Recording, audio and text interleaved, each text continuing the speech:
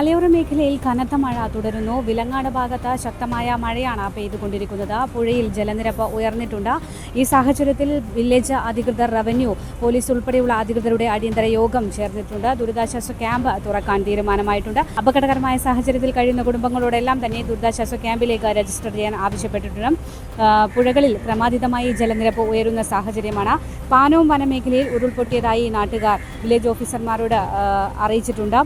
ജാഗ്രതാ നിർദ്ദേശവും നൽകിയിട്ടുണ്ട്. വടകര തഹസിൽദാർ മേഖലയിൽ ക്യാമ്പ് ചെയ്യാൻ നിർദ്ദേശം നൽകിയിട്ടുണ്ട്. 2 വർഷം മുൻപ് ഉരുൾപൊട്ടിയ മേഖലയിൽ നിന്ന് ആവശ്യമുള്ള കുടുംബങ്ങളെ മാറ്റി താമസിപ്പിക്കാനും നിർദ്ദേശം നൽകിയിട്ടുണ്ട്. രാവിലെ മുതൽ കനത്ത മഴയാണ് പെയ്തുകൊണ്ടിരിക്കുന്നത്. പുഴയിൽ നിന്നും വെള്ളം റോഡിലേക്ക് ഉൾപ്പെടെ കയറിയ സ്ഥിതിയാണ്. എന്തായാലും അടിയന്തര സാഹചര്യങ്ങൾ കണക്കിലെടുത്ത ദുരിതാശ്വാസ ക്യാമ്പ് തുറന്നിട്ടുണ്ട്. അതുമാത്രമല്ല, വിനോദസഞ്ചാര മേഖലയിലേക്ക് ഉൾപ്പെടെയുള്ള പ്രവേശനവും നിരോധിച്ചിട്ടുണ്ട്. വിനോദസഞ്ചാര മേഖലയിലേക്ക് ആരും തന്നെ പ്രവേശിക്കരുതെന്ന് അധികൃതർ അറിയിച്ചിട്ടുണ്ട്.